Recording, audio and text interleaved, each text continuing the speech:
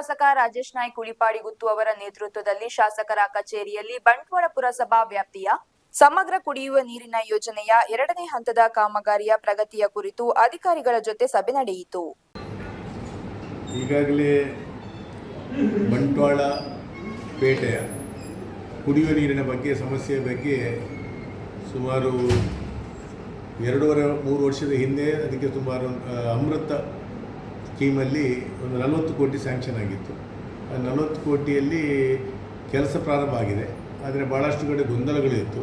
ಅದರಿಂದ ನಾವು ಈ 7 ಝೋನ್ಗಳಾಗಿ ಅದನ್ನು ಡಿವೈಡ್ ಮಾಡಿ ಅದನ್ನು ಒಂದೊಂದು ಝೋನ್ಗಳಲ್ಲಿ ಕ್ಲಿಯರ್ ಮಾಡ್ತಾ ಇದ್ದೇವೆ.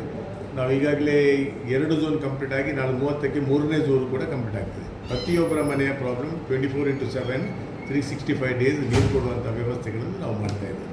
ಹಾಗೆ ಇನ್ನು ಒಂದೊಂದು ಝೋನಲ್ಲಿ 2-3 ತಿಂಗಳಲ್ಲಿ ಅಂತ 100% ಎಲ್ಲ ಮನೆಗಳಿಗೆ ನೀರು ಕೊಡುವಂಥ ವ್ಯವಸ್ಥೆಗಳು ಆಗ್ತದೆ.